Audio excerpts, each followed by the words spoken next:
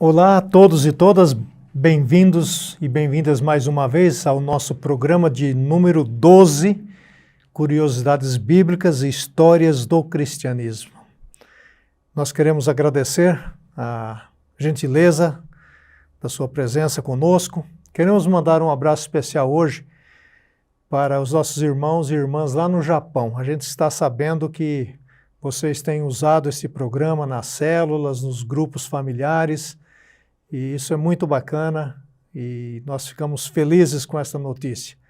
E aproveitamos aí para deixar também para vocês esta dica aí dos irmãos lá do Japão. Usem o programa na escola dominical, nas células. Às vezes a gente não tem o que falar nas células, né? Então está aí uma oportunidade riquíssima de um aprendizado profundo das Escrituras. Nós vamos, neste programa de número 12, como eu disse, trabalhar mais uma vez a história da Bíblia, parte 3. Ou seja, nós estamos fazendo um programa dentro do nosso programa. E hoje nós vamos falar especificamente sobre como foram escolhidos os livros para compor a Bíblia. Mais uma vez comigo, professor Dr. Wander de Lara Proença. Obrigado, Wander, mais uma vez, estamos juntos. E eu queria que você, então, trouxesse uma saudação para os nossos convidados antes da gente começar efetivamente o programa. Muito bem, AC. Prazer grande estar aqui de volta para mais esse tempo aí de conversa, né? O programa, de fato, é um bate-papo, é uma conversa. E duas coisas muito interessantes que você também já mencionou. A gente tem andado por aí, tem visto o pessoal acompanhando o programa e vem perguntar, vem, enfim, compartilhar também com outros grupos. O que é muito gratificante. Esse é o objetivo. A gente quer levar o conhecimento da teologia, aquilo que a gente produz aqui no ambiente mais acadêmico, de uma forma mais simples, numa linguagem mais popular, acessível a todos. E até uma observação, eu de vez em quando acesso lá para ver os comentários, né? Alguns muito elogiosos, a gente agradece por estes que participam lá, interagem com a gente. Até localizei lá alguns colegas que estudaram comigo há muito tempo, numa escola de missões em Guarapuava, Carlos, Edna, José Laerte, Luiz Mariano. Um abraço a vocês, né? Não tive mais contato com esse pessoal, mas fiquei sabendo que eles estão acompanhando assim, daí o nosso programa, que é uma alegria para a gente. É verdade, Wander. Graças ao bom Deus, este programa ele é patrocinado pela Faculdade Teológica Sul-Americana na cidade de Londrina. Então nós já deixamos aqui um convite a você. Estamos começando. Ligue para alguém, mande aí um WhatsApp para um amigo seu, uma amiga, para que também possa assistir ao programa. E aí ao lado da sua tela você pode ver, tem um chat, você pode interagir. A nossa equipe está de prontidão, vai tomar nota das suas perguntas e nós vamos respondê-las assim que for possível. Nós temos uma pergunta, Wander, que nós não vamos responder neste programa, mas eu já vou deixar aqui um trailer para o pessoal. É o Claudir. O Claudir Pérez, ele é um assíduo. Ele está sempre com a gente, viu, Claudir? E olha, não fique desanimado não. Nós já anotamos a sua pergunta. Ela é muito interessante, muito técnica e nós vamos respondê-la no próximo programa, de número 13. Então, Wander, vamos começar nossa conversa e tratar desse tema hoje que eu imagino traz muita curiosidade, muita dúvida também, questionamentos.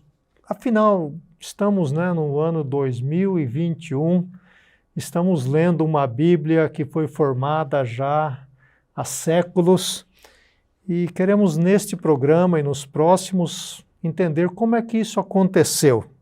Então nós vamos começar fazendo a seguinte pergunta, Wander. Quais os critérios? Porque sempre tem algum critério, né? Algum padrão, algum modelo. Quais os critérios usados para as escolhas dos livros, tanto do Antigo como do Novo Testamento? Havia algum critério? Ok, muito importante essa questão, fundamental para a gente entender o que a gente vem conversando, inclusive, nos programas anteriores, né? Nesse programa a gente quer chegar exatamente na finalização do cânon. Aquela reunião final que decidiu quais livros seriam, então, integrados à Bíblia, para fazer parte da Bíblia, e quais não fariam parte, né, dos escritos canônicos. Eu vou identificar aqui 5 grandes critérios a ser, para facilitar para quem está nos acompanhando. Existem outros, a gente poderia até ver e citar, mas os 5 principais critérios usados pela igreja, pelos líderes, quando for escolher, então, os livros que a gente conhece hoje, né, na Bíblia chamada protestante, com 27 do Novo Testamento e mais 39 do Antigo Testamento. O primeiro e principal critério, autoria apostólica. O livro precisava ser de um autor que teria sido, ou foi, apóstolo de Jesus Cristo. Aquele que andou com Jesus Cristo durante os 3 anos e meio, presenciou os fatos, era autoridade, era testemunho ocular. Então, a fala dele, a escritura dele era determinante para esse texto ser canonizado. Mas também, junto a esse primeiro critério, houve digamos aí, uma cláusula. Poderia ser também discípulo de apóstolo. Aqueles que não andaram diretamente com Jesus, mas trabalharam diretamente com os apóstolos, que são os casos, por exemplo, de Marcos, que é o autor do Evangelho de Marcos, que trabalhou com Pedro. Aliás, o Evangelho de Marcos é chamado no mundo antigo também de Evangelho de Pedro, porque são as pregações de Pedro, os ensinos dele, que foram transformados em textos pela escritura de Marcos. Mesma coisa Lucas, que também não foi apóstolo, não esteve com Jesus, torna-se cristão mais tardiamente, mas se tornou discípulo de Paulo. E Paulo se torna apóstolo mais tardiamente também, né? Então a gente tem discípulo de apóstolo. É o caso de Lucas, que é autor do Evangelho, autor de Atos, e vai ajudar Paulo também na produção da escola paulina. Então esse é o primeiro grande critério. Tem que ser um apóstolo, e a igreja foi verificar e checar se cada livro que veio a fazer parte do Novo Testamento possuía essa autoridade. O segundo grande critério, a aceitação desse livro já na comunidade. À medida que esses textos já estavam circulando, à medida que eles estavam sendo lidos com autoridade, colocados em pé de igualdade com os escritos do Antigo Testamento, no caso aí das comunidades cristãs, eles foram recebendo já a noção de palavra de Deus, de verdade. Então, o uso recorrente, o apego da comunidade àquele texto e a sua importância para doutrinar aquela igreja também foi um segundo critério bem valioso.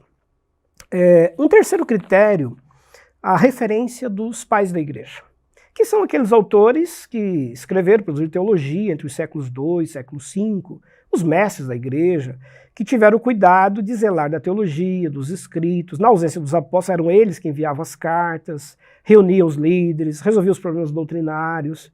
Pois bem, esses pais da igreja, pais apostólicos, eles também, ao redigir as suas cartas, faziam menção de um determinado livro, de uma carta, de um apóstolo, de um evangelho.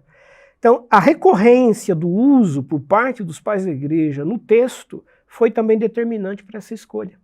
Significava que os pais da igreja, os mestres da igreja, estavam referendando, né, esse texto. Um quarto critério, não poderia existir contradição nos textos, porque são 27 no caso do Novo Testamento. Como nós podemos juntar 27 textos, 27 autores, sem que existam contradições entre eles? Então, nisto a igreja se apegou para entender que havia ali uma inspiração. Existia ali, né, uma orientação maior, divina, guiando os acontecimentos para que houvesse essa harmonia nos textos. Então, todo livro que entrasse em contradição com aquele que estava já aceito, definido no cânon, evidentemente que ele acabou ficando de fora. Vamos dar um exemplo prático aqui. A carta de Tiago fala das boas obras, necessidade das boas obras. Tiago chega a dizer, né, se você tem fé, precisa demonstrar com as boas obras. Aí Paulo, quando escreve aos Efésios, diz lá, não é preciso a prática das obras para a salvação. Somos salvos pela graça, mediante a fé, e não vem de obras. Então, na hora da discussão do cânon, para a decisão dos livros, houve um debate acalorado, demorado, se Tiago não estaria em contradição com o texto paulino.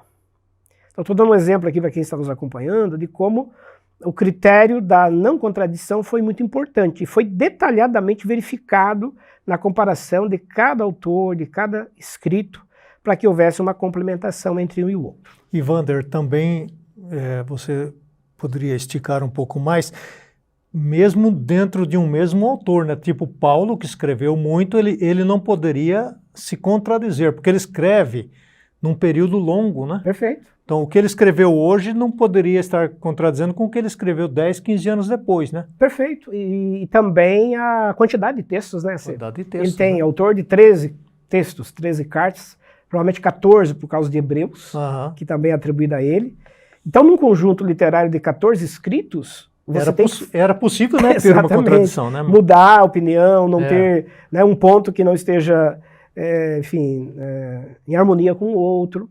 Então, de fato, você tem razão. Houve uma checagem cuidadosa, criteriosa, dentro do próprio conjunto autoral daquele autor bíblico.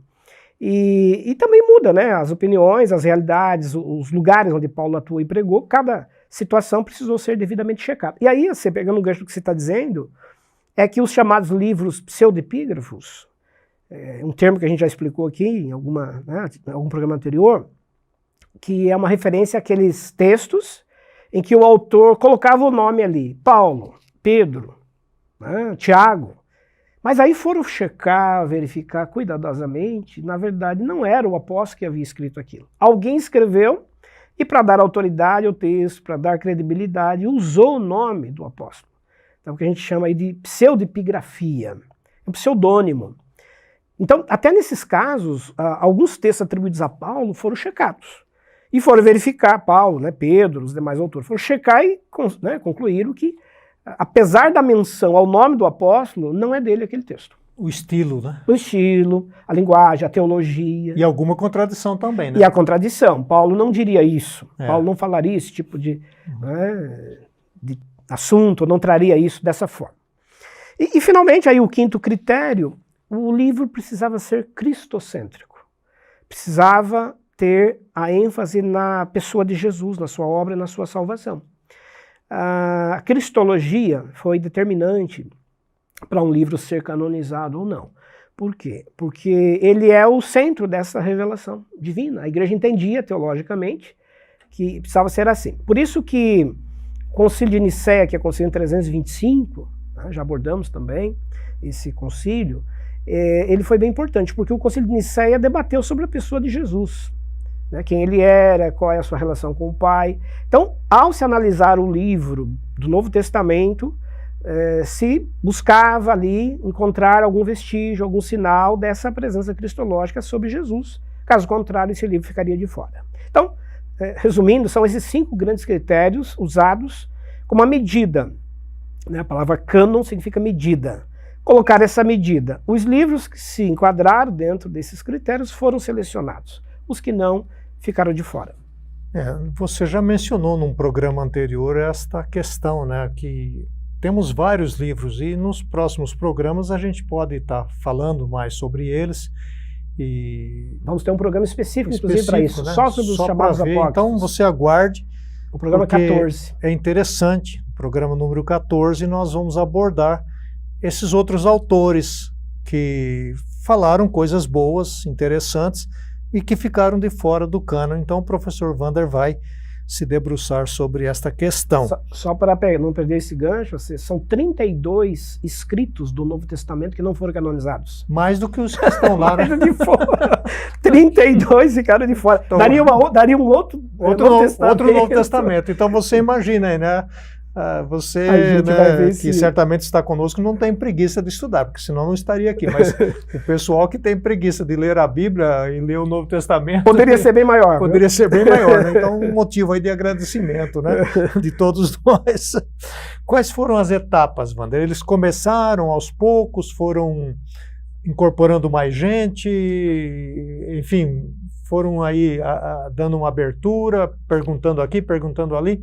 Como que se deu isso? As etapas dessa escolha? Legal, muito importante essa questão. Eu vou também tentar resumir aqui, talvez em 5 etapas, o processo que envolveu, né, desde os primórdios ali, na preocupação inicial de uma seleção desses textos até a sua definição, que se dá no final do século IV. Então nós temos aí 3 ou 4 séculos, um longo período até que os livros finalmente fossem selecionados. Contando em anos, isso dá o quê? São mais de 300 anos. Mais de 300 anos. Um processo de mais de 300 anos de, né, elaboração, seleção dos escritos. Então foi passando cópias de pai para filho, né? A terceira geração, quarta geração. Então a gente tem aí um processo realmente longo e demorado, e para poder haver, digamos, uma conclusão, uma pacificação. Porque o debate ainda vai continuar depois. A gente vai até falar daqui a pouco, né? Ainda assim o debate vai permanecer. Bom, vamos começar então com uma primeira etapa que foi muito importante, que é a canonização dos escritos do Antigo Testamento. Então, para isso nós temos dois momentos históricos bem importantes. Um primeiro, que ocorre entre os séculos II e século III a.C., quando, na cidade de Alexandria, no Egito, o rei Ptolomeu, né, II, ele resolveu encomendar uma cópia dos escritos judaicos para a língua grega. Os escritos judaicos são versados na língua aramaica e hebraica. E a Biblioteca de Alexandria queria ter um exemplar das escrituras sagradas do judaísmo, dos judeus, para compor o acervo da Biblioteca de Alexandria. Eu vou rapidamente falar um pouquinho da Biblioteca de Alexandria, porque ele é muito importante, né, historicamente também. Então vamos recordar que Alexandre o Grande foi aquele imperador do século IV a.C., que conquistou praticamente o mundo antigo todo, inclusive o Egito. E lá no Egito ele escolheu um local para construir uma cidade que recebeu o seu nome, Alexandria, em homenagem a ele no ano 331. Inclusive Alexandre planejou toda a cidade. E depois da morte de Alexandre, uma morte prematura, vem Ptolomeu I, que vai sucedê-lo. E é esse Ptolomeu que decide criar uma biblioteca em Alexandria para fazer da cidade um grande centro cultural e de conhecimento. É a primeira grande biblioteca que nós temos no mundo. E eles tinham uma estratégia, né, Ptolomeu e os demais que vieram depois, que administraram aquela biblioteca. Toda a cidade importante, toda a literatura que eles ficavam sabendo já existir, todo manuscrito, eles pediam emprestado aquela cópia, aquele exemplar, ficava um tempo na biblioteca e os copistas faziam uma cópia. Não é como hoje, né, que você faz cópia e reproduz rapidamente pela gráfica. Naquele tempo era tudo manual. Então ele emprestava o pergaminho ou o papiro, fazia a cópia e depois devolvia esse original. Houve um tempo que todo navio que atracava em Alexandria tinha que trazer um livro a bordo para deixar com a biblioteca, era uma espécie de pedágio para você poder atracar em Alexandria. Então deixava um exemplar lá e aí eles faziam uma cópia e depois devolviam esse exemplar. Então eles foram montando aquilo que ficou conhecido como a maior biblioteca do mundo antigo. Só para a gente ter uma ideia, no primeiro século a.C., a Biblioteca de Alexandria chegou a ter 700 mil exemplares a 1 milhão de exemplares. Ela vai existir ela surge no século III, vai existir até o século III depois de Cristo. Então são 600 anos, né, considerada aí uma das maravilhas do mundo antigo. E uma coisa muito interessante, essa biblioteca se tornou um centro de excelência, de conhecimento, de formação de filosofia, né, e infelizmente foi destruída por um incêndio, né, que aconteceu no século III, muito provavelmente um incêndio criminoso, inclusive. Né? Enfim, tudo isso para dizer que então Ptolomeu II decidiu, né, encomendar a escritura, né, desses textos judaicos, e aí houve uma nomeação de um sacerdote chamado Eleasário, né, entre os rabinos de Jerusalém, que escolheu 72 sábios para fazer essa versão. E eles partiram então para o Egito e trabalharam lá na biblioteca, fizeram as traduções, e daí o nome Septuaginta, que significa versão dos 70, né, 72 que traduziram. Bom, então eles, né, acabaram produzindo esse texto, uma versão, por isso versão dos 70, o Septuaginta, que foi resultado de uma pesquisa cuidadosa que esses escribas, né, tradutores, fizeram. Por quê? Porque eles tiveram que buscar os livros judaicos. Onde esses livros estavam espalhados, eles não circulavam em conjunto, então eles foram reunir esses textos, e aí já formam ali, digamos, um primeiro agrupamento dessa literatura. Wander, esses sábios, eles eram judeus, rabinos do conheciam templo. O grego. Conheciam o grego, porque eles vão fazer a tradução a serviço, né? Para o grego. Para o grego. Por quê? Certamente tinham lá algum auxílio. Sim, ali, né? um auxílio. E nessa época, é bom lembrar que a língua grega já estava espalhada em todo o mundo antigo por causa da civilização helênica, né, já difundida por Alexandre. E existiam muitos judeus vivendo já no mundo grego, né? A gente teve já, inclusive, abordagem desse tema aqui em programas anteriores. Os judeus estavam espalhados pelo mundo antigo, né? Nós tínhamos 1/3 de judeus morando em Jerusalém, ou Palestina, e 2/3 de judeus espalhados pelo mundo antigo. Então, o conhecimento da língua grega, o domínio, já fazia parte, de certa forma, né, do cotidiano dos judeus. E aí, claro, o auxílio também técnico para que eles pudessem fazer essa versão. E por que foi importante em termos de canonização? Por quê? Pela primeira vez os judeus resolveram buscar suas literaturas espalhadas e começaram a compor um grande livro, juntar esses materiais. No final, eles vão ter, além desses 39 que a gente conhece hoje, da Bíblia, do Antigo Testamento, eles vão juntar outros livros. Por exemplo, os chamados 7 apócrifos que aparecem na Bíblia católica hoje, também foram incluídos nesse conjunto, lá da biblioteca. E não só eles. Né? O conjunto de textos judaicos foi crescendo ao longo do primeiro século a.C.,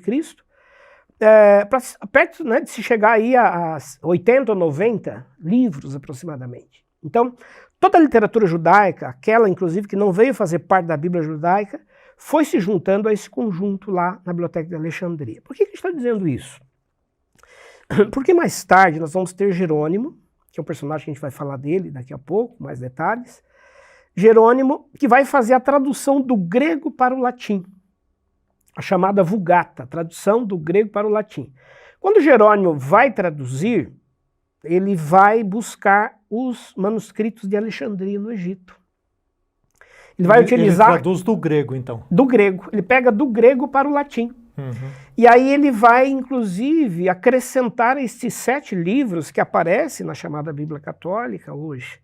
Mas ele acrescenta fazendo uma observação. Esses 7 livros estão colocados aqui como se fosse um anexo, mas eles não foram reconhecidos como canônicos, ou né, não tiveram autoridade como os demais, por parte da escola rabínica. Por quê? E aí vamos então esclarecer. Por volta do ano 90, já depois de Cristo, entre o ano 90 e 110, formou-se uma escola rabínica judaica nos arredores, né, de Israel, numa cidade chamada Jânia. Essa cidade, então, substituiu o antigo templo de Jerusalém, onde funcionava a escola rabínica, e o templo agora estava destruído, né, pelos romanos, enfim. Então, esses rabinos de Jânia vão elaborar o que nós chamamos hoje de um cano judaico, os livros do Antigo Testamento. Eles vão selecionar quais livros dos judeus, ou produzidos pelos judeus, tanto na Palestina quanto fora, podem fazer parte daquilo que se chama então verdade ou palavra de Deus. E eles definem e escolhem 39, que são esses 39 que aparecem hoje, né, na chamada Bíblia protestante.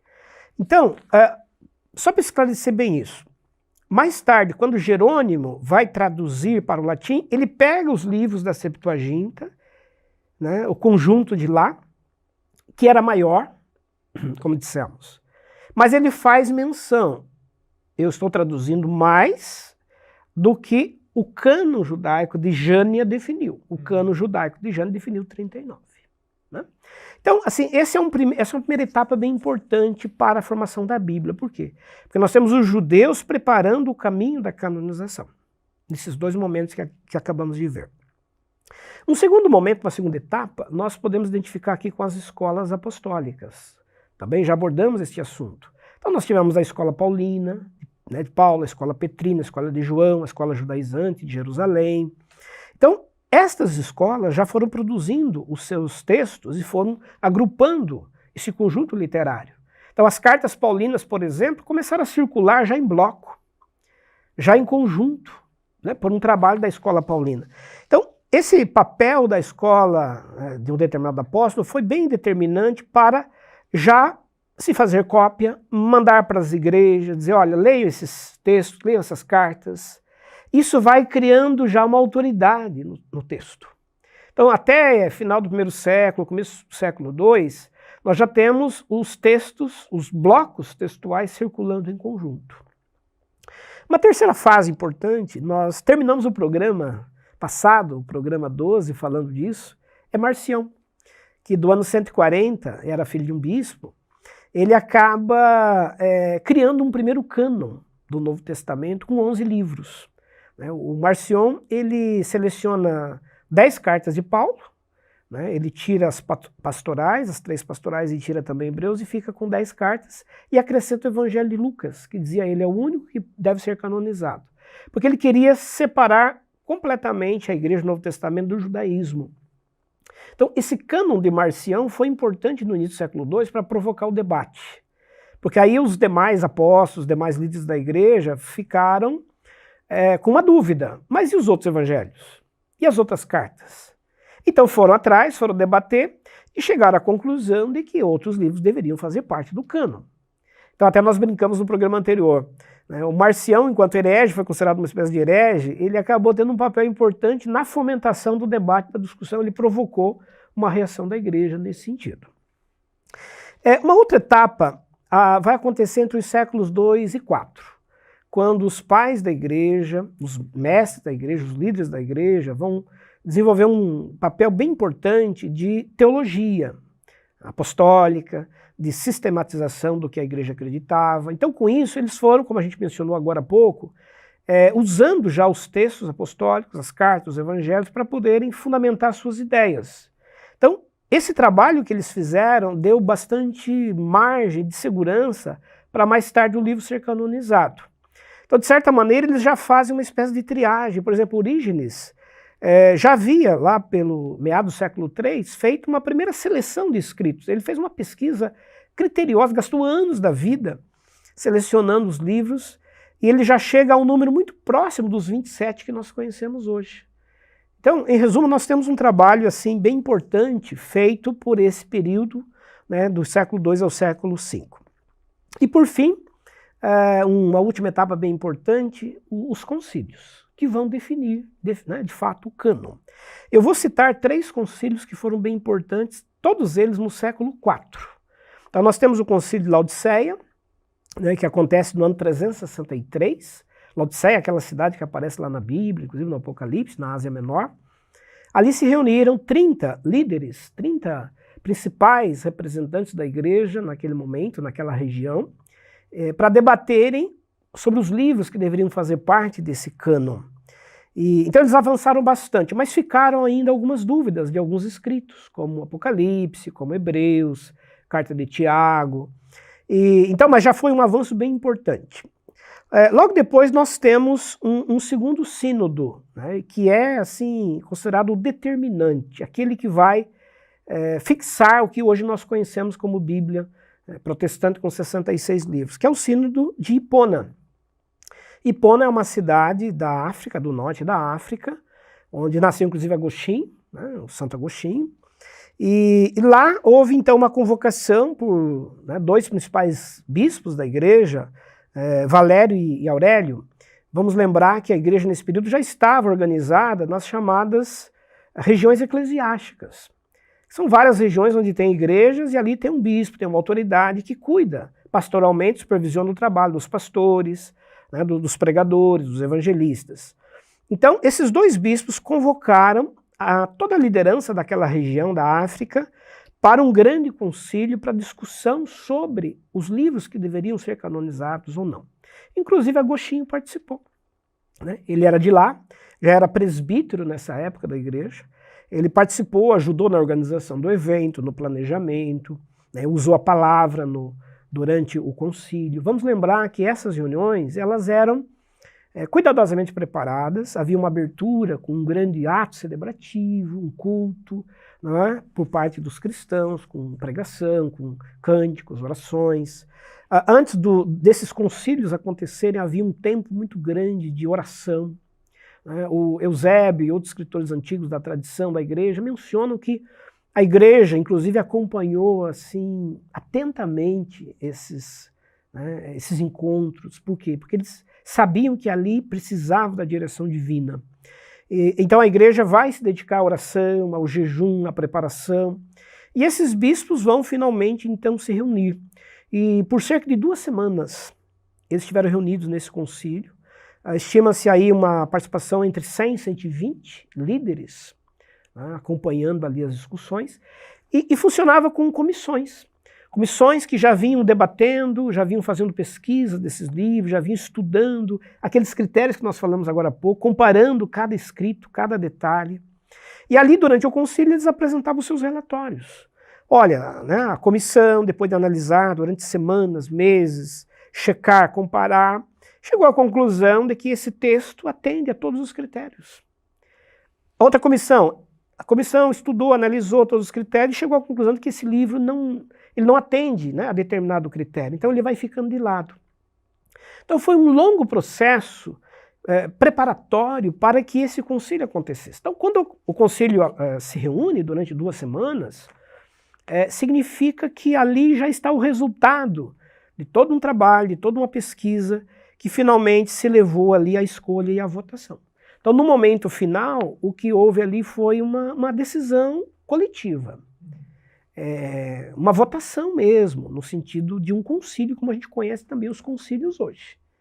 E aí, claro, entra a fé, né, de que havia uma direção divina, uma direção de Deus, para que, então, estes 27 sejam selecionados e estes outros fiquem de fora. Nós até comentamos agora há pouco, ficaram de fora mais de 32 livros, que eram pequenos textos, existiam textos grandes, e que acabaram não sendo canonizados. Isso só do Novo Testamento, porque no Antigo Testamento nós tínhamos muitos outros escritos também.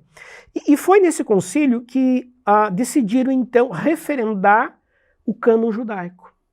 O cânon judaico de Jânia, da escola rabínica de Jânia.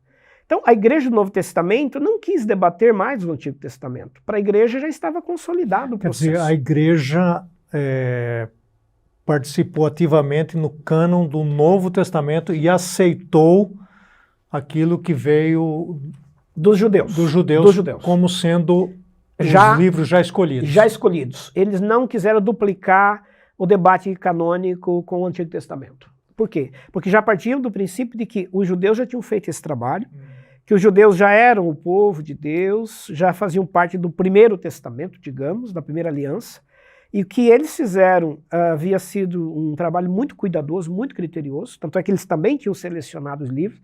Então o que a igreja fez? Vamos pegar os 39... Ela chancelou aquilo lá. Chancelou.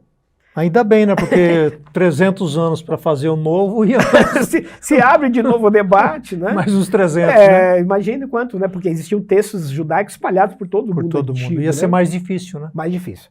Então o que a igreja fez foi reconhecer e consolidar os escritos judaicos, que eram escritos já também, já muito amadurecidos. Por quê? Nós já até comentamos. Existiam mais escritos judaicos do que aqueles que foram canonizados, né? Então, os judeus já tinham feito uma triagem, já tinham feito uma seleção. Mas daqui a pouco a gente vai comentar acerca do debate que vai permanecer, né? Porque vai entrar Jerônimo aí na história, né? Você falou que tinha o tem um terceiro. Tem mais um. Esse foi o segundo concílio de Hipona, né? Que foi o concílio, então, que definiu. E é bom, né, eu faço questão de lembrar isso, que Agostinho ele acompanhou todos esses concílios. Ele tem uma liderança muito importante. Que foi muito rico para ele, né? Um teólogo, né, um expoente do cristianismo antigo. Então a fala dele, a presença dele ali, né, ele praticamente presidiu boa parte daquelas comissões de trabalho, acompanhando, né, para e passo, debatendo teologicamente. E uma curiosidade, assim, já que o nosso programa é de curiosidades também bíblicas, né, históricas, é uma coisa que chamou bastante atenção nesse concílio. Eles convidaram os chamados donatistas, que eram cristãos que eram liderados por um bispo chamado Donato, que acabou criando uma polêmica doutrinária.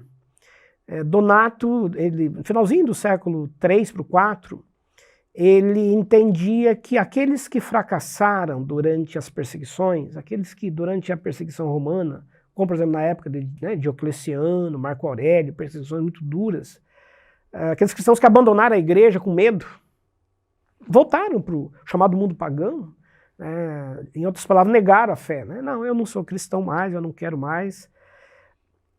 Donato entendia que estes não tinham mais chance de voltar para a igreja, não poderiam mais voltar. Eles erraram, eles negaram a fé, não é permitido mais a eles retornar. E isso causou uma polêmica enorme na igreja. Por quê? Porque a igreja estava aceitando de volta aqueles que haviam fraquejado, mas quiseram depois, terminada a perseguição, voltar para a igreja. E aí Donato, então avançando teologicamente, ele disse, tudo bem, desde que exista a seguinte condição, que eles sejam batizados de novo. Eles podem voltar, mas vão ter que se batizar de novo. É uma nova conversão. E acrescentou, desde que eles não ocupem nenhum cargo mais na igreja. Só poderão ser membros, tem que se batizar de novo, não podem ter mais cargo, serão membros apenas como assistentes. Então, essa polêmica de Donato causou um grande incômodo na igreja. Que a igreja, como eu disse, possuía pessoas que já haviam negado, fracassado e tudo mais. E aí entram questões de 2 livros, Hebreus e Apocalipse. É por isso que Hebreus e Apocalipse são os livros que mais demoram a ser canonizados. São os 2 últimos que vão praticamente ser votados nesse concílio de Hipona. Por quê? O livro de Hebreus era o livro predileto do Donato. Porque ele pegava aquele texto de Hebreus 6, Hebreus 6:4 a 6 ali, que diz que é impossível aqueles que já experimentaram da luz, conheceram os dons do Espírito, mas caíram, fracassaram, é impossível regenerá-los novamente, algo mais ou menos assim. Então, Donato, ele pregava basicamente só esse texto aí, né, nesse período. Então, como ele gostava demais de Hebreus, esse livro ficou no debate no concílio. Será que esse livro não está em contradição, né, com Paulo, por exemplo? Porque Paulo fala da graça, de uma graça, né, imerecida, de uma graça incondicional, né, de uma graça que é capaz de restaurar quem caiu. Outra questão, será que esse livro, esse texto, não está em contradição com Pedro? Porque Pedro também negou. Pedro também, na hora da perseguição lá, os soldados vieram, o relato do evangelho diz, não, eu não conheço esse homem, eu nem... E foi embora, abandonou, foi para o mar de Tiberíades pescar de novo. Aí o próprio Cristo vai lá até ele, né, o restaura e diz, você vai pastorear as minhas ovelhas de novo. Então, na hora de você colocar os textos de Pedro e colocar, né, os ensinos de Paulo, ou mesmo o Apocalipse, porque o Apocalipse fala de uma igreja que está sendo martirizada, mas não nega a fé, havia um debate se isso não entraria em contradição com Hebreus. Então, nesse concílio de Hipona, as autoridades convidaram também o Donato para ir, os seus seguidores, né, e eles foram. E participaram do debate, entraram nessas questões teológicas.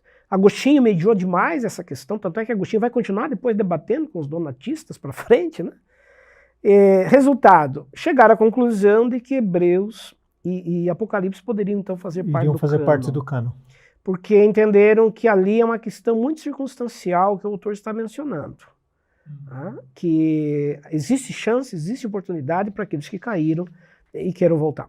Bom, e o terceiro grande concílio é o Concílio de Cartago, em 397, que praticamente vai selar, referendar... Já está no fim da etapa, né, do processo. Né? Simplesmente se reuniram, houve uma nova convocação, talvez aí aproximadamente uns 70 participantes desse concílio, que pegaram o que o concílio de Hipona havia feito e chancelaram, bateram o martelo, dizendo, é isso que nós vamos aceitar.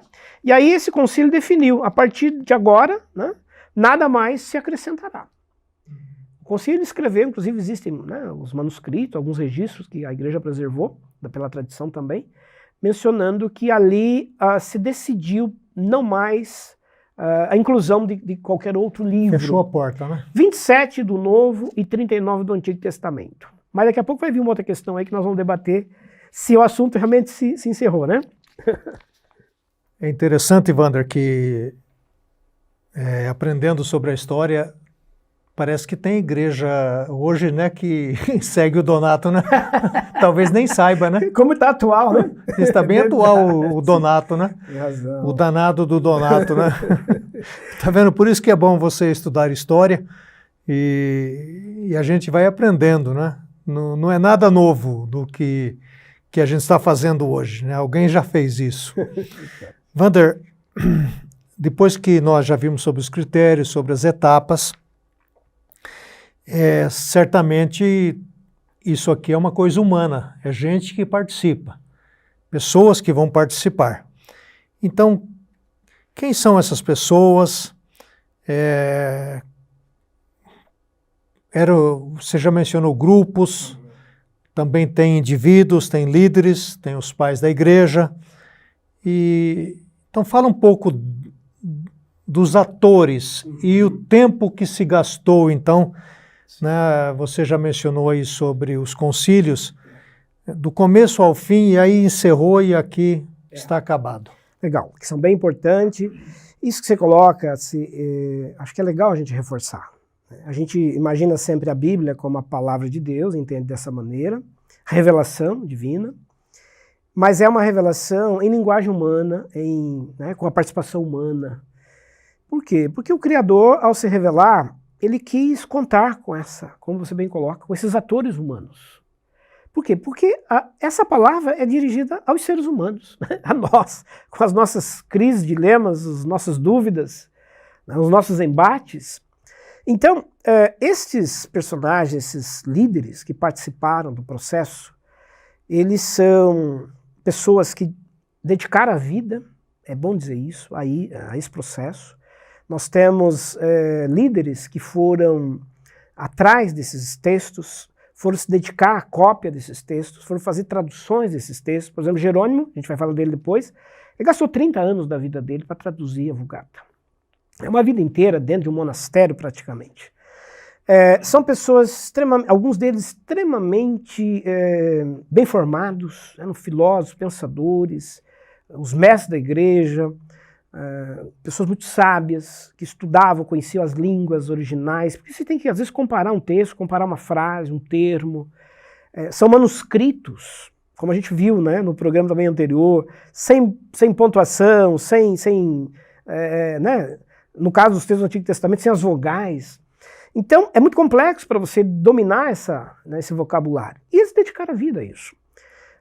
São pessoas que tinham uma reputação enorme, atuavam como liderança da igreja, tinham reconhecimento enquanto líderes eclesiásticos. Porque se eles não tivessem, Wander, a igreja não iria aceitar, né? Não Tinha iria... que ser gente de reputação ilibada e de um conhecimento profundo, né? Profundo, que pudessem definir isso com segurança. Por quê? Porque as dúvidas eram recorrentes, as polêmicas estavam postas. Esses líderes estão debatendo questões muito complexas. A gente acabou de falar aqui do Donato. Como que se resolve uma situação dessa? Quem fracassou pode voltar ou não pode? É uma questão teológica. Sobre a pessoa de Jesus, o arianismo estava também campeante. Se Jesus não é Deus igual ao Pai, ele é menor, e aí se ele é menor podemos prestar culto a ele ou não? Ou seja, os assuntos são extremamente complexos. Então são teólogos, são pessoas extremamente preparadas, pessoas que, como Agostinho a gente citou, que está presente no concílio de escolha dos livros, que tem um domínio, um trânsito nas correntes filosóficas, no campo teológico. Então, assim, acho que esse é um primeiro aspecto. São pessoas credenciadas, com autoridade, com reconhecimento da igreja, com o reconhecimento espiritual eclesiástico, porque estão lidando com uma coisa que é sagrada, né? É a palavra de Deus, é a medida da fé, e são pessoas de um preparo inquestionável, para poder, então, ser escolhidos, porque eles foram escolhidos por suas regiões eclesiásticas, eles foram enviados para o concílio. Eles foram representando igrejas, foram representando regiões diferentes do mundo antigo. Então nós temos, só reforçando, um concílio primeiro que começa no ano 363 e o último que vai terminar lá em 396. São mais de 30 anos, são 3 ou 4 décadas. Imagine, 3 a 4 décadas para se definir o que já vinha sendo debatido há 3 séculos.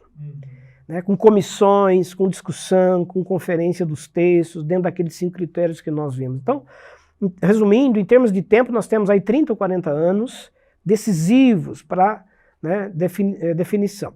Com participação em média, como eu disse, 30, 70, 120 bispos, autoridades, pessoas credenciadas para poderem ter assento naqueles concílios, poderem participar dos debates, poderem votar. Estes eram os concílios, né? Agora nós temos também, como você disse, aquelas pessoas, os indivíduos que se debruçam sobre um texto lá na biblioteca e semanas, meses comparando isso com aquilo, depois leva para uma comissão, essa comissão vai para o concílio. Era muito trabalho. Muito, né? Trabalhoso, um trabalho que custou, assim, né, a vida de alguns deles, 30 ou 40 anos.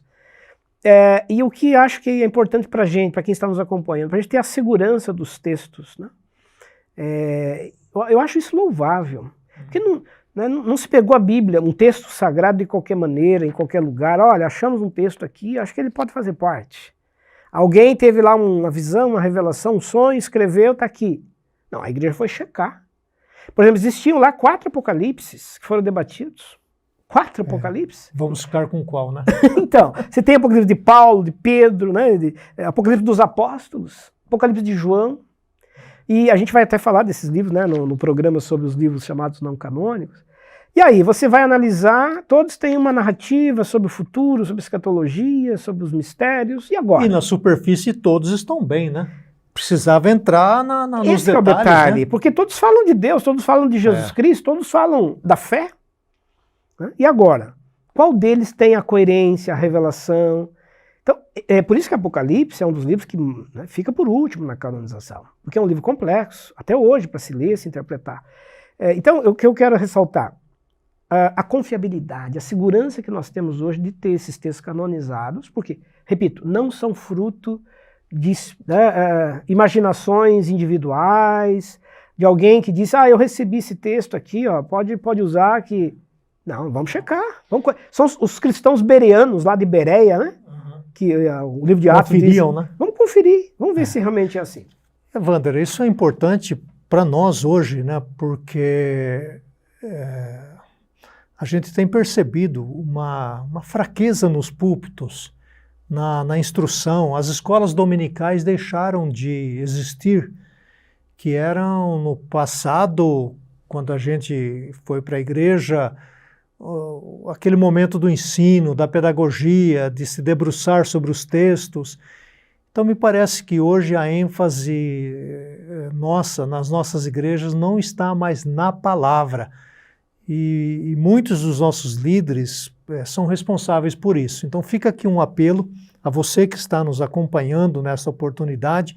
Primeiro, agradecer a Deus por essas vidas no passado, o cuidado que essas pessoas tiveram em trazer para nós a palavra de Deus. E fica esse desafio da gente valorizar isso como? Estudando atentamente para poder pregar, ensinar, compartilhar e não ficar falando apenas de forma superficial da palavra de Deus. E nesse sentido, Wander, olhando para a igreja, a gente que trabalha com igreja, muitas vezes a gente vai pintar o muro da igreja de uma cor, cria uma confusão, né?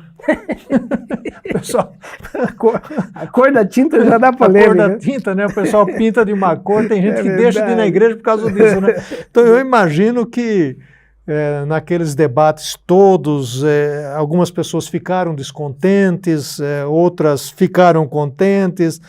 Então quando você menciona que fecha o cânon, mas a discussão não fechou, né? Continuou.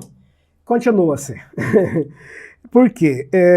Primeiro que o cristianismo estava muito já espalhado, comunidades diversas em muitos lugares. E comunicar com esse povo não era fácil, até né? essa mensagem chegar lá e dizer, olha, esse livro que vocês estão usando aí, ó, que vocês estão... Né? Não vale, né? Não é isso. Se imagine a polêmica, né?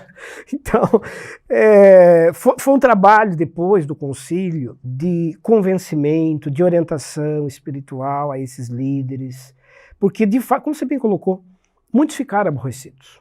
Por quê? Porque tinha um determinado texto que era já de domínio, já era conhecido, de um apego até histórico, mas que na sua checagem, na sua verificação, ele trazia problemas teológicos. E a igreja não recomendou esse texto.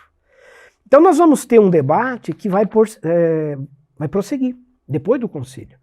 E nós vamos comentar, por exemplo, as diferenças que as igrejas acabam tendo depois em relação aos livros, só para a gente ter uma noção. A igreja, então, até ali definiu os 66. Né? Os 27 mais os 39 bateram o martelo e é isso. Que é o que os protestantes mais tarde de Lutero vão referendar. A chamada Bíblia Protestante, que inicia com Lutero no século XVI, referenda essa decisão. Mas existiram igrejas no Oriente que continuaram debatendo os livros. Então vão fazer outras convocações, outros concílios. E só para exemplificar, nós vamos ter a igreja ortodoxa colocando mais livros ainda depois.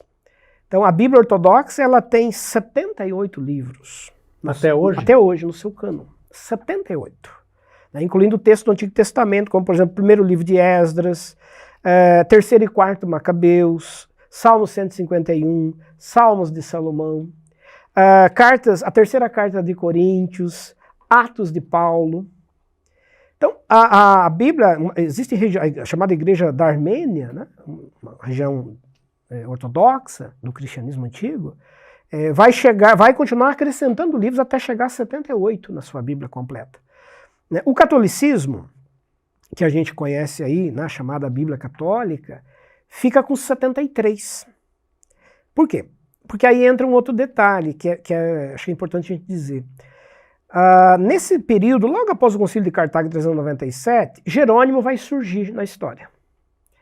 Jerônimo é o que vai traduzir, como a gente comentou no início do programa, do grego para o latim, a chamada Vulgata. Vulgata significa popular, uma tradução para a língua popular, língua do povo.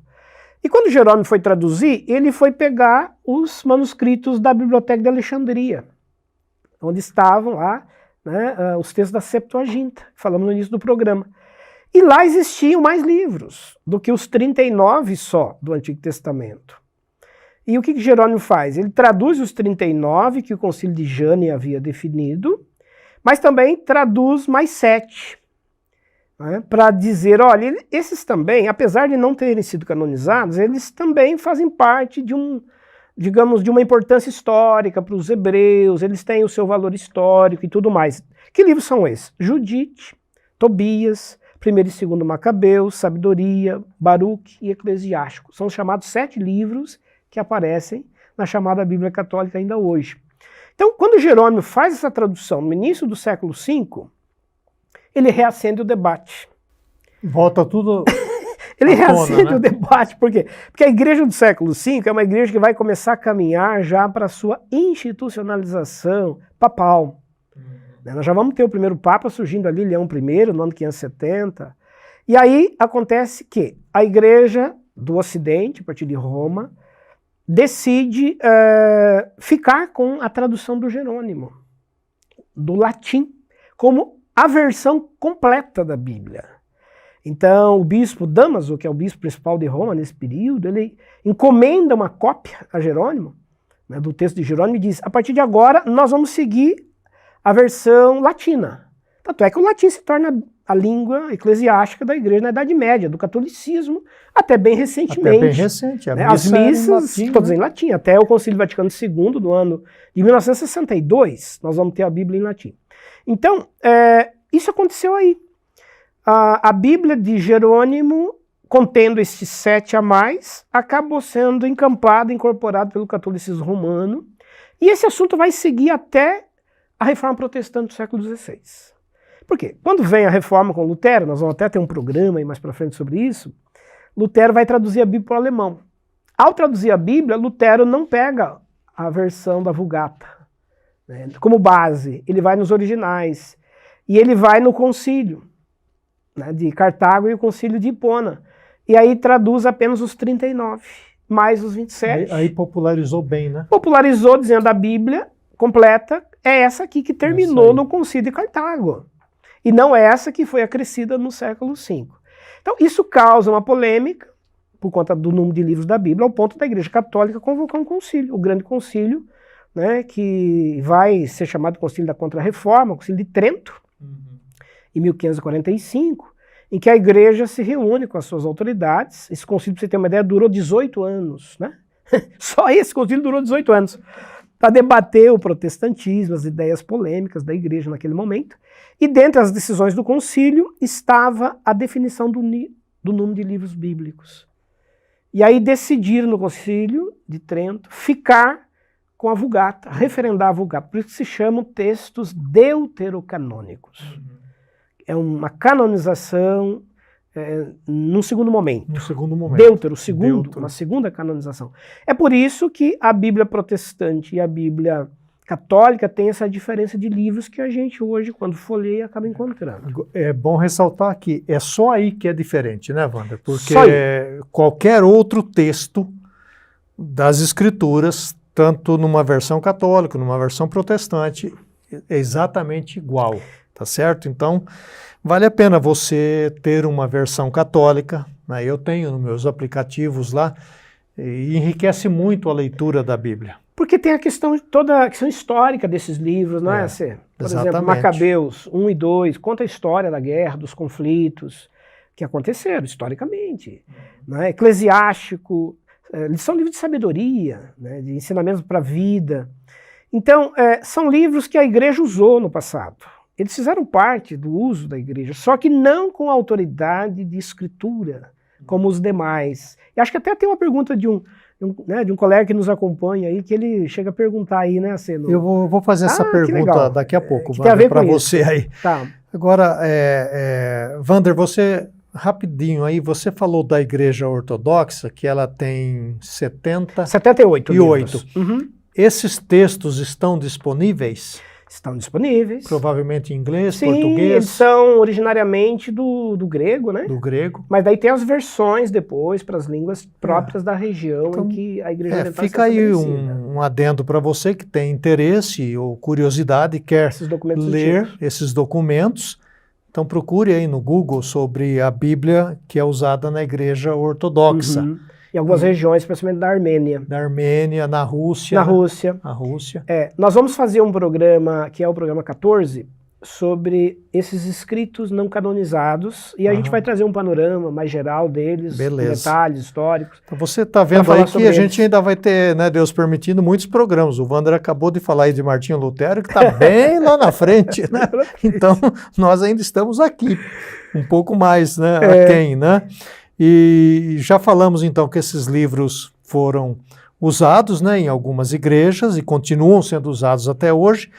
Agora, Wander, nós temos ainda a pergunta que vamos fazer, mas antes disso, nós temos na Bíblia protestante um número de livros e na Bíblia chamada Bíblia Católica um outro número de livros. Isso se deu por causa dessa explicação sua aí. Exatamente. Então nós temos, só para ficar bem claro para quem está nos acompanhando, 66 livros na chamada Bíblia Protestante, 73 na Bíblia Católica e 78 na Bíblia Ortodoxa. Por conta dessas questões históricas, a existência, esses livros todos existiram, mas os concílios foram usando critérios diferentes para poder então definir.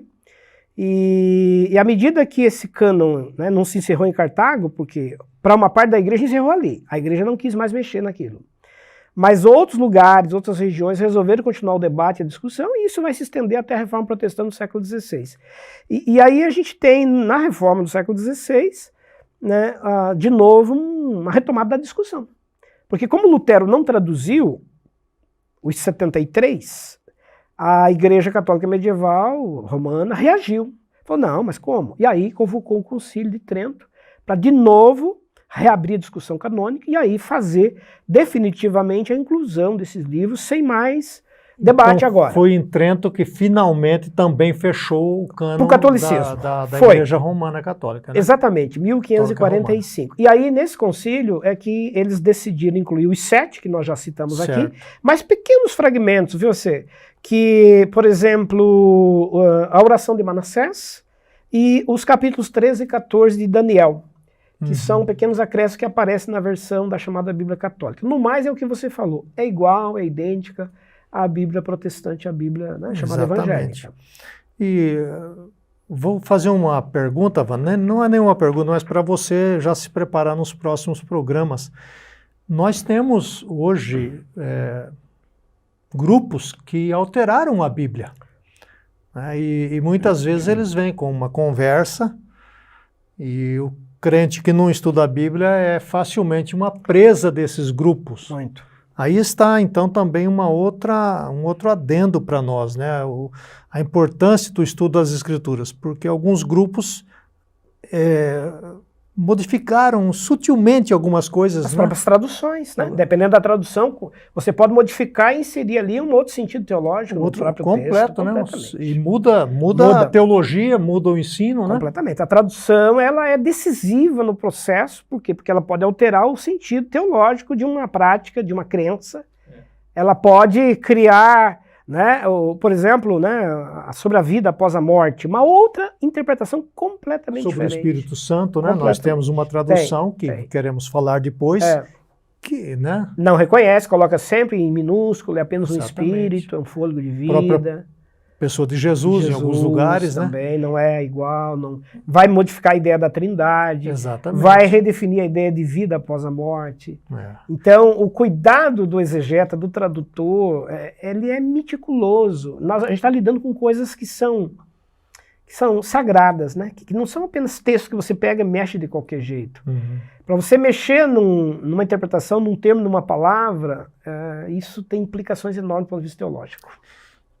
Você está vendo aí a importância de ler, estudar, se aprofundar na palavra de Deus, porque se alguém chega para você com uma Bíblia e mostra para você, olha isso aqui, e você não conhece a sua Bíblia, certamente você vai ficar em dúvida e será uma presa fácil de uma heresia, de uma doutrina falsa, não sustentada nas Sagradas Escrituras. Wander, o nosso tema é fascinante e nós vamos ter o programa de número 13, que vai ser sobre o Antigo Testamento. Então, Só o Antigo Testamento. Se você tem alguma pergunta aí, faça aí agora sobre o Antigo Testamento. Qualquer pergunta sobre o Antigo Testamento em relação à Bíblia, que o professor Wander vai responder no próximo programa. Agora, Wander, nós temos um ouvinte que se identifica como bispo. Não sei se é o sobrenome dele ou ele é bispo de alguma igreja. De qualquer modo, né, muito obrigado pela sua participação. E ele diz aqui, Wander, um pouco extenso, eu vou ler. Tá bom, ótimo, para a gente encerrar. Ele diz assim, primeiro quero parabenizar pelos 11 vídeos. Então já fica a dica aqui do nosso irmão, que nós temos 11 anteriores e que você deveria fazer uma maratona. Temos muitos feriados aí pela frente. Faça uma maratona e ouça esses vídeos para a sua fundamentação bíblica e teológica. Ele diz de excelente qualidade, hein? Olha só, obrigado, irmão. Obrigado. E com um conteúdo que enriquece o conhecimento de todos. Uma pergunta em relação aos deuterocanônicos e suas aceitação pelos protestantes. Vocês até que comentaram de uma forma gentil sobre esses livros. Mas grande parte dos protestantes tem uma visão muito crítica sobre esses livros, por não serem de inspiração divina. Agora, minha pergunta. Não é uma incoerência os protestantes aceitarem um Antigo Testamento que é de acordo com os judeus que negam a divindade de Cristo e não aceitam o Antigo Testamento da Septuaginta, aceito pela Igreja Católica, que ama a Cristo tanto quanto os protestantes? Isso. Ele é perspicaz, né? Legal. Bispo, né? Nosso amigo aí que está nos acompanhando. Legal, obrigado pela questão, né? Pela generosidade também aí dos elogios, né? Do programa. Legal, você traz uma questão bem importante e eu vou tentar resumi-la aqui em poucas palavras. Veja, nós temos primeiro aí uma questão teológica envolvida. Né? Os protestantes, por exemplo, eles consideram os judeus, o judaísmo, toda a tradição judaica, como parte dessa grande revelação de Deus. Então, aceitar as escrituras judaicas não tem nada a ver com o Cristo, né? Não tem. Significa acreditar que essa revelação divina não começou no Novo Testamento.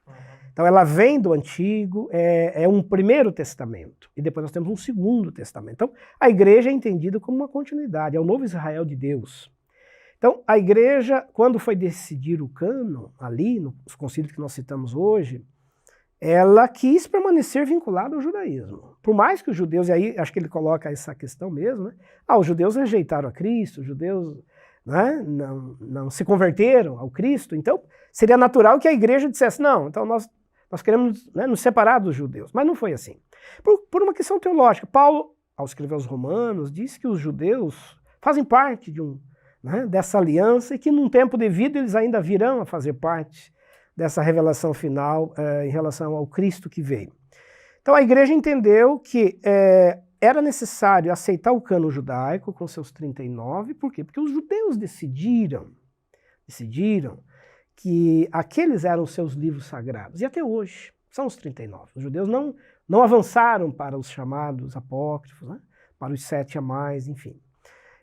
Esse é um ponto. Um segundo aspecto, também polêmico, porque é mais tardio. Quando Lutero vai fazer a tradução, ele também mantém o vínculo já histórico com aquele primeiro cânon, com a primeira tradição judaica. e ele considera que era preciso manter aquele critério já existente. E aí, nesse contexto de Lutero, vem uma segunda parte que eu queria reforçar aqui, respondendo a sua pergunta.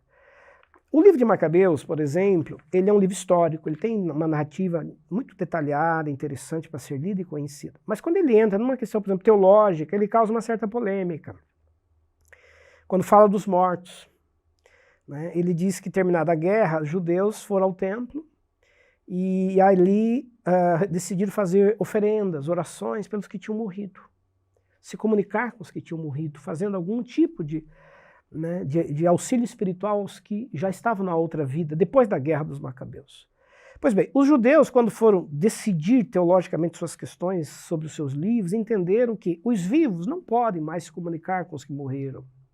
Não é possível mais eu fazer alguma coisa em favor de quem já se foi. Assim entenderam os judeus, assim entendem os judeus até hoje. A morte separa o mundo dos vivos do mundo dos mortos. Por que estou colocando isso? Porque Lutero vai retomar esse assunto. No contexto de Lutero, estava em debate o que fazer com os que morreram. Rezar por eles, ajudá-los a sair do purgatório, fazer orações, indulgências para socorrê-los. E Lutero vai entender que não é possível mais haver essa comunicação entre os vivos e os mortos. E aí, nesse embate para, claro, não aceitar o purgatório, Lutero entendeu que Macabeus era um livro que trazia polêmicas. Por sua vez, a Igreja Católica, que vai se reunir em Trento, vai colocar Macabeus, porque Macabeus dá uma margem para ela poder dizer, não, é possível, mesmo depois da morte, você fazer alguma coisa pelos que morreram. Então, a doutrina do purgatório, que é criada no século XIII pelo Papa Inocêncio III, é criada por uma bula papal, uma encíclica papal. O purgatório ele é criado na Idade Média. Para fundamentar a doutrina do purgatório era preciso pegar algum texto também bíblico. E era o livro do Macabeus. Macabeus dava margem para isso. Então, estou colocando isso só para fechar, claro que esse é um assunto que vai longe, né? Para exemplificar por que os protestantes, em algum momento, também disseram esses livros podem ser lidos, estudados, têm a sua importância, têm o seu valor, mas há pontos teológicos que eles entram em contradição. Aí vem a contradição, que nós falamos lá dos critérios. Vai entrar em contradição com os outros escritos, porque os outros escritos dizem claramente que não se faz mais intercessão pelos que morreram.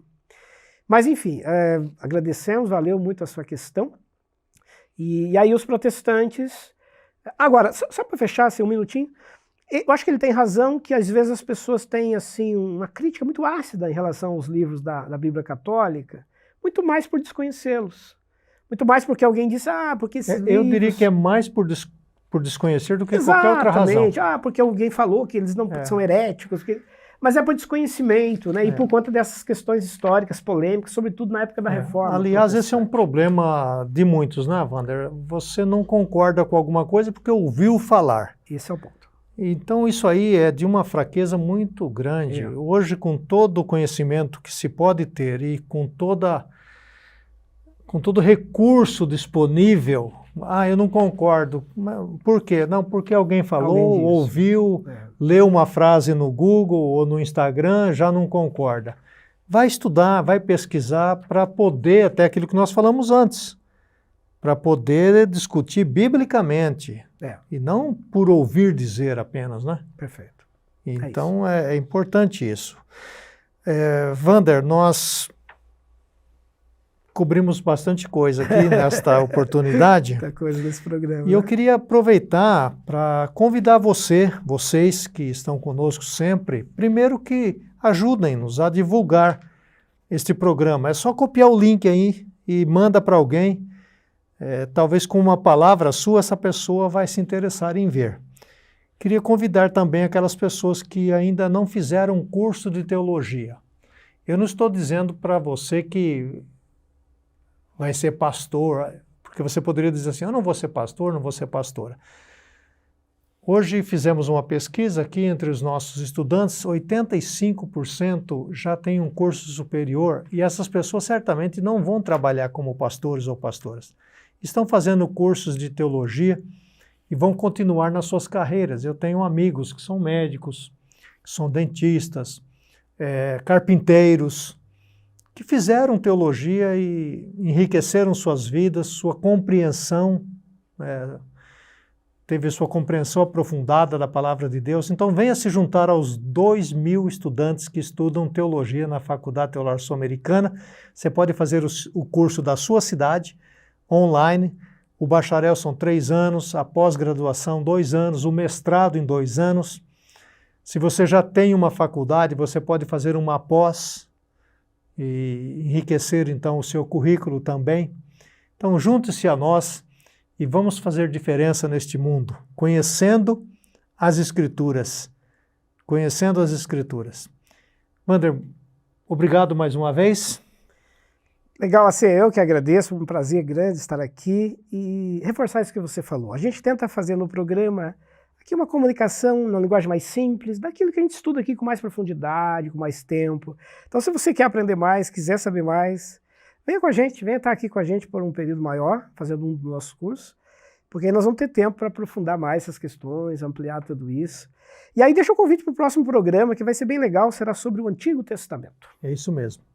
O professor Wander é professor tanto da graduação, da pós-graduação e do mestrado. Então, se você escolher qualquer um desses cursos, você vai estudar com o professor Wander, tá certo?